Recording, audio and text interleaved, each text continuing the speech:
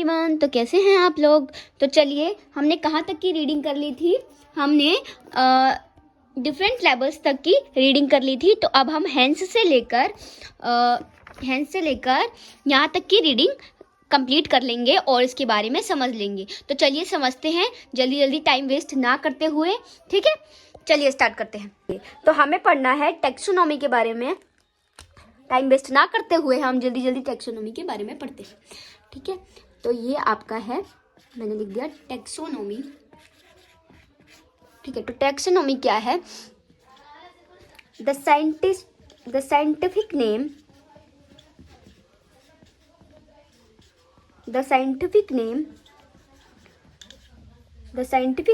Of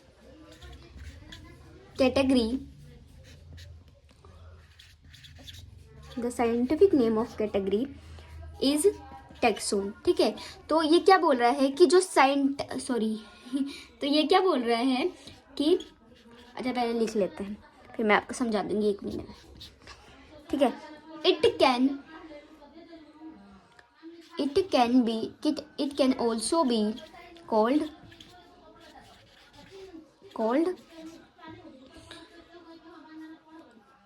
as unit of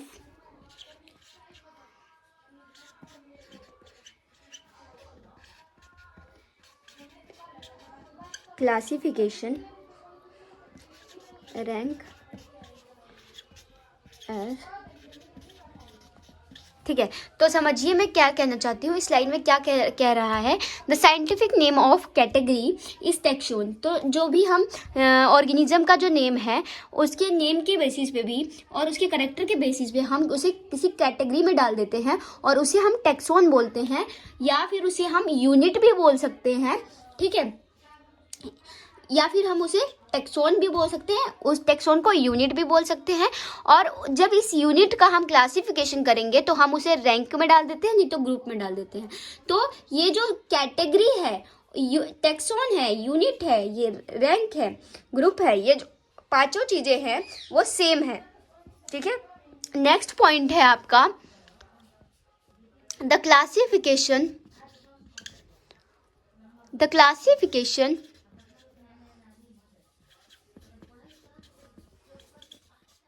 ठीक है, the classification of organism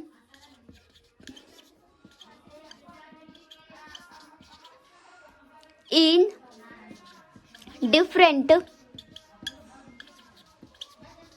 different taxa is taxonomy. ठीक है,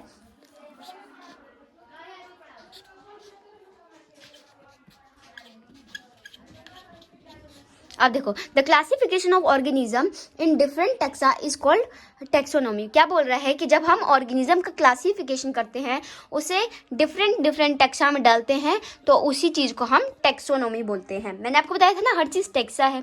ठीक है, अब देखो नेक्स्ट पॉइंट है बेसिस ऑफ मॉडर्न टैक्सोनॉमी। कि मॉडर्न टैक्सोनॉमी का बेसिस क्या है वो देखेंगे। Basis of modern taxonomy. ठीक है, बेसिस ऑफ मॉडर्न टैक्सोनॉमी। तो पहले मैं हिंदी में लिखती हूँ, आपको समझ आएगा। ठीक है, बाहर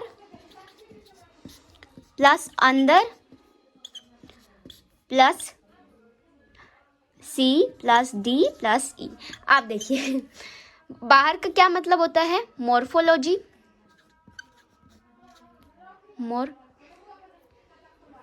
मॉर्फोलॉजी, ये वाई है। ठीक है, मॉर्फोलॉजी। और अंदर क्या है आपका? एंटोनॉमी बोलते हैं ना हम, सबको पता तो है ना इसके बारे में। सॉरी, ये क्या हो रहा है, ये पेन ही नहीं चल रहा है। नेक्स्ट, सॉरी फिर से मैंने इसे पेन बोल दिया, मार्कर है ये, इसको भी बुरा लगता होगा, मेरा नेम चेंज कर दिया। ठीक है, तो अंदर को एंटोनॉमी बोलते हैं। सी का मतलब क्या है? Cell organisation. डी का क्या मतलब होगा? Development process.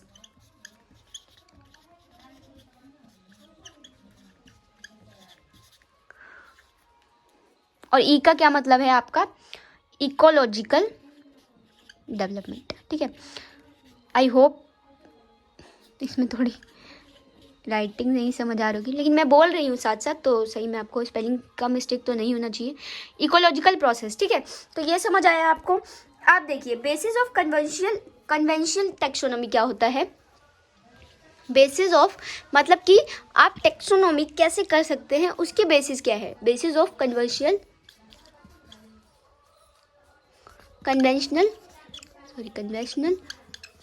टेक्सोनोमी, ठीक है।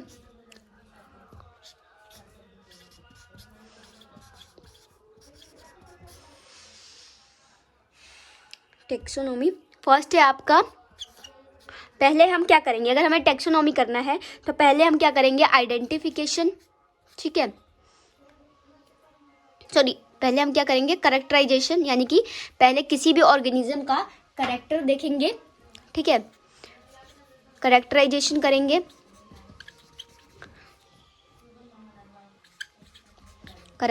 करेंगे। फिर दूसरा है हमारा आइडेंटिफिकेशन। हम आइडेंटिफिकेशन करेंगे कि किससे मिलता जुलता है वो ऑर्गेनिज्म। फिर हम क्या करेंगे, फिर हम क्लासिफिकेशन करेंगे।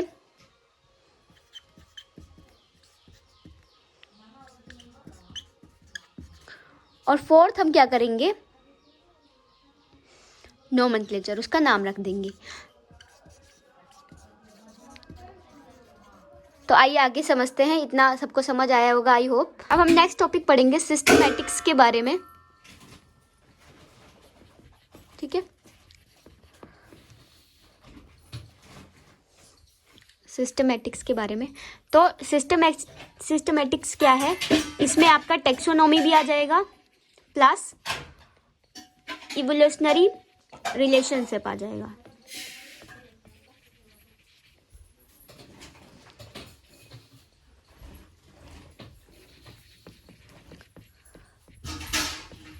ठीक है, तो दो चीजें मिलकर आपका सिस्टमैटिक्स बनता है, ठीक है। इसकी जो अरेंजमेंट होती है वो सिस्टमैटिक अरेंजमेंट होती है, इसीलिए इसको सिस्टमैटिक्स बोला गया है। सिस्टमैटिक अरेंजमेंट होती है, और इसी चीज को देखते हुए जो कैरोलस लिनियस थे, उन्होंने अपनी बुक का टाइटल रख दिया था सिस्टमा नेचुरा, ठीक है। सिस्टमा क्या रखा था, Systema Natura is title of Carolus Linnaeus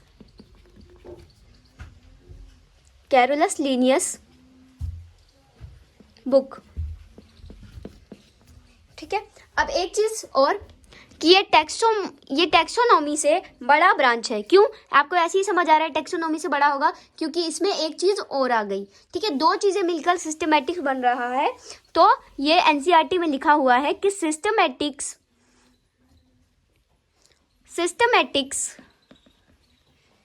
is a broader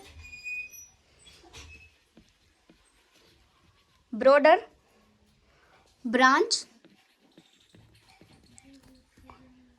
than taxonomy, ठीक है। तो ऐसे ही आपको समझ आ रहा है कि जो सिस्टमैटिक्स है वो एक चौड़ा ब्रांच है कंपैरिजन देन टेक्सोनोमी। तो आई होप यहाँ तक समझ आया होगा। अब हम रीडिंग स्टार्ट करते हैं, उसके बाद हम वीडियो एंड करते हैं। Hence based on characteristic all living organism can be clarify into different taxa, ठीक है। तो जो सारे ऑर्गेनिज्म हैं उसके कैरेक्टर को देखते हुए उन्हें अलग अलग टेक्सा में डाल दिया हमने, और इसी क्लासिफिकेशन को टेक्सोनोमी बोलते हैं। एक्सटर्नल, जब हम किसी ऑर्गेनिज्म की क्लासिफिकेशन करते हैं किसी ऑर्गेनिज्म का, तो उसका एक्सटर्नल स्ट्रक्चर देखते हैं, इंटरनल स्ट्रक्चर देखते हैं, उसकी सेल का ऑर्गेनाइजेशन देखते हैं, उसके डेवलपमेंट देखते हैं, और इकोलॉजिकल इंफॉर्मेशन देखते हैं, ठीक है। और ये ज़रूरी भी है, और इसी को ये क्या है, यही बेसिस है मॉडर्न टेक्सोनोमी स्टडी करने के लिए और किसी भी ऑर्गेनिज्म का क्लासिफिकेशन करने के लिए।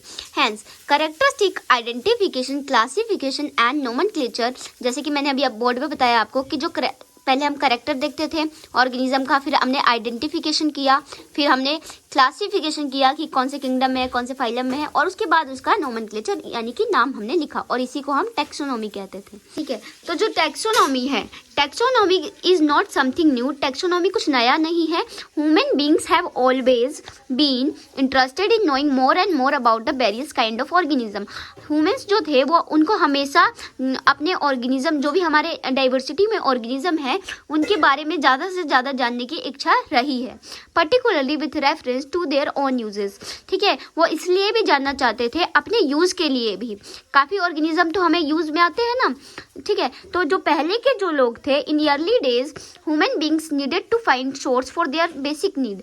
तो वो क्या करते थे, फाइंड करते रहते थे कुछ ऐसे सोर्स जो कि उनके बेसिक नीड को पूरा कर सके, जैसे कि फूड, क्लोथ एंड शेल्टर। तो हम लोग क्या करते थे, हम लोग फूड में क्या करते हैं, कौन सा प्लांट हमें हमारे खाने लायक है, ठीक है, कौन सा ऑर्गेनिज्म, कौन सा एनिमल हम खा सकते हैं जिससे हमें मीट मिल सकता है, एग मिल सकता है, प्लांट्स मिल सकते हैं, फ्रूट मिल सकता है, वेजिटेबल्स मिल सकता है। तो हम फाइंड करेंगे तभी तो हमें मिलेगा। क्लोथिंग, कौन सा प्लांट हमें सिल्क दे सकता है, कॉटन दे सकता है ताकि हम कपड़े पहन सकें। ठीक है, शेल्टर, कौन सा ऐसा पेड़ है, कौन सी ऐसी ट्री है जो हमें मोटी लकड़ी दे सकती है जिससे हम छत बना सकें, या कौन सा ऐसा, काफ़ी ऑर्गेनिज्म और काफ़ी चीज़ों का क्या कहते हैं क्लासिफिकेशन हुआ, और काफ़ी चीज़ें फाइंड करी गई, तब जाके तो हमारा फूड, क्लोथ्स एंड शेल्टर का जो प्रॉब्लम है वो क्लियर हुआ।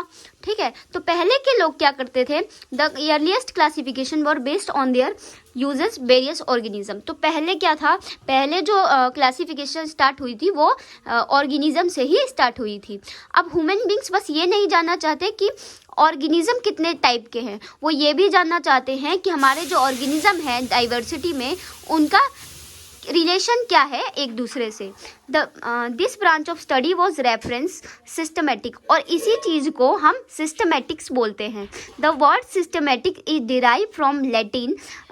जो वर्ड सिस्टमेटिक्स है वो डिराइव किससे, मतलब कहाँ से आई है, लैटिन वर्ड है ये, जो कि सिस्टमा से आई है। और सिस्टमा का मीन क्या है, सिस्टमेटिक अरेंजमेंट ऑफ ऑर्गेनिज्म, किसी भी ऑर्गेनिज्म का सिस्टमेटिक अरेंजमेंट।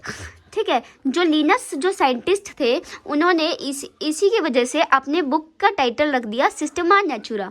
ठीक है, the scope of systematic was later enlarge. जब सिस्टमेटिक का जो दायरा है वो बढ़ता गया, तो क्या हुआ कि लास्ट में सिस्टमेटिक्स के वजह से ही हम ऑर्गेनिज्म के रिलेशनशिप को, इवोल्यूशनरी रिलेशनशिप को जान सके। ठीक है, आई होप यहाँ तक सबको क्लियर होगा। अब हम टैक्सोनॉमिक कैटेगरी ये आपका नेक्स्ट वीडियो में पढ़ेंगे।